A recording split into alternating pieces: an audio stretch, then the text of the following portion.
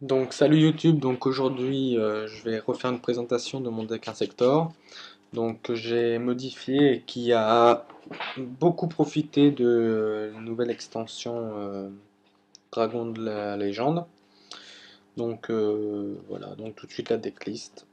Donc toujours comme d'habitude 3 Insector coccinelles. On continue avec 3 centipèdes, un frelon, une libellule, une sauterelle et la gigamante. Hop, donc ça c'est la base. Deux maxés, parce que vu le format qui arrive, il va y avoir beaucoup d'invox P, notamment Madolche, Sylvan, euh, Artifact. Donc cette carte est à jouer au moins x2. Donc nouvelle carte, donc deux mathématiciens. Cette carte est vraiment très forte. Il y en a qui préfèrent jouer Kouribandi. Moi je préfère cette carte là parce que Kouribandi, vu le peu de nombre de monstres que l'on joue et le grand nombre de MP que l'on joue, la plupart du temps on meule 5 MP et c'est vraiment pas très agréable, hein. Parce que même si on a sous charge dans la meule, et ben super, on n'a pas de monstre au cimetière. Alors que là au moins on peut envoyer le monstre que l'on veut et en plus s'il détruit en combat on pioche une carte. Et c'est un niveau 3 donc on peut quand même faire un Xyz avec. Donc x2. Ensuite 3 typhons d'espace mystique, donc logique. 3 pots de dualité pour aller chercher le plus rapidement possible la libellule, le frelon, la coccinelle, enfin bon, les cartes les plus importantes. Hop, alors 3 œufs sargambelins, hein, donc c'est un troisième œuf sargobelin. Pareil, c'est pour pouvoir accélérer le deck et aller chercher vite les cartes. Un seul épée Insector Z Calibur, parce qu'il y en a besoin d'un seul maintenant dans ce deck. Un sacrifice inutile, toujours pour envoyer, c'est toujours utile. Donc comme ça, maintenant on a 3 cartes pour pouvoir envoyer au cimetière, ce qui est vraiment bénéfique. Et 3 sous de charge, donc vraiment la carte qui donne un élan de vitesse à tous les decks, hein, mais ici vraiment dans un secteur ça se ressent énormément, puisqu'en général on a besoin que une à deux cartes pour pouvoir lancer un OTK et, ou raser même le terrain adverse, hein. Donc du coup cette carte là elle est à jouer x3, elle est vraiment trop forte. Ensuite 3 Reckless, donc 3 habilités téméraires, donc c'est pareil, donc là c'est pour piocher très rapidement. Avant je la jouais pas, je jouais 2 Black Horn et un Book of Moon à la place de ça. Sauf que on moque quand même des fois de la pioche, hein, et c'est vraiment très fort quoi. Franchement, dans ce deck là on a besoin d'aller chercher rapidement Centipede, Libellule, Hornet, Frelon, donc on en- franchement à 3 c'est vraiment très bien.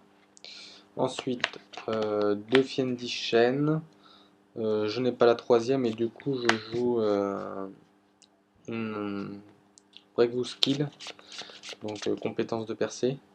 Peut-être même apparemment, ça serait mieux de jouer maintenant même des compétences de percée à la place des Fiendish à cause de l'artefact. Euh, bon, moi j'aime bien Fiendish parce qu'elle bloque aussi une attaque, hein. Donc le monstre n'attaque pas du coup. Donc c'est vraiment intéressant. Donc voilà. Ensuite, seulement deux rugissements menaçants. Avant j'en jouais 3. Là 2 suffisent parce qu'on joue les Reckless et on touche rapidement nos cartes. Hop. Après les staples, donc un warning, une bottom et un torrentiel. Pas de compulse, parce que compulse c'est très moyen maintenant, vu le... Bon, ça sera peut-être fort contre Madolche, et encore la bottom fait le taf, quoi. Et ensuite, une Trapstone. J'en joue une parce que bah, Yamadoche qui est là, ça joue quand même pas mal de MP, hein, au moins, et puis tous les decks qui jouent aussi pas mal de MP. Pareil, Dragon Ruler joue actuellement en compétence de percée, Skill Drain, je veux dire, sans compétence, donc du coup, hop, et puis tous les decks qui jouent énormément de traps, genre Bulgin, hop, on fait ça, et là on rase le terrain, on rase littéralement le terrain. Donc x1, il est très bien. Donc du coup, 40 cartes, hein, comme d'habitude. Ensuite, en termes d'extra deck, donc il est toujours aussi classique. Donc un Zen Mains, un Tempo, un Ingénieur, vraiment trop forte cette carte. Un Lévière, peut-être que je vais en mettre deux. Peut-être que je vais en mettre deux parce qu'il va y avoir Corbeau Dédé qui va revenir à cause de Artifact. Donc je sais pas. Un Léviathan, un Gaga Cowboy parce que c'est fort grâce à son charge, c'est l'une des cartes, hein. Bon, le gars il a plus cuissant, bah hop, on fait sous charge, on paye que 2000 et hop, ou même que 1000, hein, du coup avec la libellule. Si j'en ai une que j'ôte, c'est celle-là, ou Maestroc. Maestroc que je sors plus du tout même. Elle me sert quasiment plus. Donc voilà, donc peut-être que cette carte n'a plus trop sa place, mais bon, je la trouve quand même forte. Après un Résident des Abysses, un Abyss Dweller, un Loup Sinistre Diamant, un numéro 101, donc vraiment très fort, un numéro 140, au cas où s'il y a un Zen Mains ou quelque chose comme ça. Et là on passe au 5, donc en 5 on a un Sector Ex-Lucan, donc cette carte là vraiment c'est trop fort. On prend le monstre et on l'équipe et il gagne la moitié de son attaque, voilà. En gros on a 201 là, hop là, on en a deux, vraiment trop forte.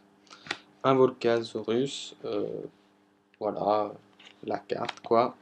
Un Tiras, et évidemment le Dragon Gaïa pour être combo avec le Volcasaurus. Alors ensuite, en termes de side deck, donc là j'ai mis des cartes, hein, il y en a, je sais plus, je crois qu'il y en a 16 ou 15, enfin bon. Et j'en ai certaines que j'en ai pas, qui seraient bien, notamment Aranoïde, allié de la justice ou un truc comme ça, on peut la défausser, on cible deux light aussi, mais on les bannit. Donc voilà. Donc, sinon, de Fossidina. Fossidina, c'est fort, Misuse Artifact, justement, et contre Dragon Ruler aussi. Même si Dragon Ruler joue peut-être Trooper ou des trucs comme ça, là, c'est vraiment fort. On, le- enfin, on le pose, c'est quand même vraiment intéressant. Ensuite, deux messagers de paix, c'est contre Firefust et tous ceux qui jouent des gros monstres. Comme ça, on est tranquille, on le met, même s'il joue quand même le gorille, bon, on peut espérer qu'il ne va pas nous casser les deux, quoi. Donc voilà. Alors, deux tourbillons, et effectivement, j'ai oublié de modifier, mais au lieu de jouer deux tourbillons, mieux vaut jouer maintenant deux tornades de poussière. Donc, au lieu de deux tourbillons, deux tornades de poussière. Hop. Parce que artefact. Bon, tornade de poussière, c'est parce que c'est les faces recto. Et là, quand même, c'est n'importe quelle face. Donc, du coup, on le fait on le fait durant le tour de l'artefact, du joueur qui joue artefact, et il ne peut pas activer ses effets. Donc, voilà. Donc, maintenant, c'est plus cette carte que tourbillon qui a sa place dans le side. Maintenant, bon, je joue 3 mondes zombies. Donc on m'a dit que ça faisait beaucoup. Cependant, monde zombie, je trouve que c'est vraiment très fort. Ça contre prophétie, noble, Budjin et un petit peu Fearfust, notamment le Wolfbark, mais bon, on le side jamais quoi. Et puis voilà, après je dois oublier sûrement un deck. Mais vraiment, et hiératique et Dragon Ruler, hein. Parce que tous les monstres sont de type zombie, ils peuvent plus faire leur effet de dragon.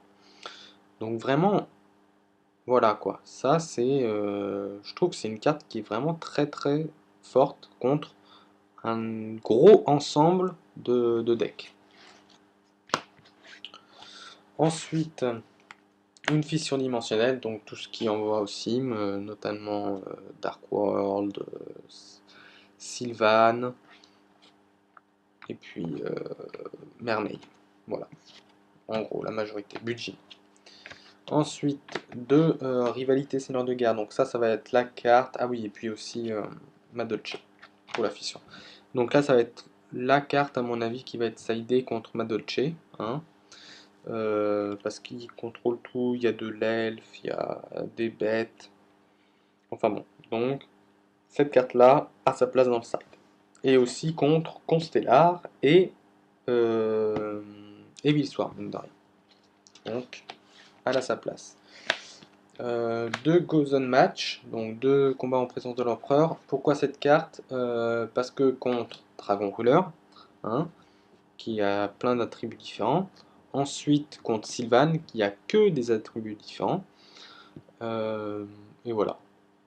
Donc contre deux decks, c'est pas mal. Et enfin Soul Drain, donc évidemment absorption de l'âme contre Mermaid, Budjin. Donc, euh, donc voilà. Après, il y a l'Aranoïde là, donc, qui est vraiment très fort contre Artifact, mais enfin il n'y a pas de mais en fait. Voilà, peut-être que j'ôterais un monde du zombie et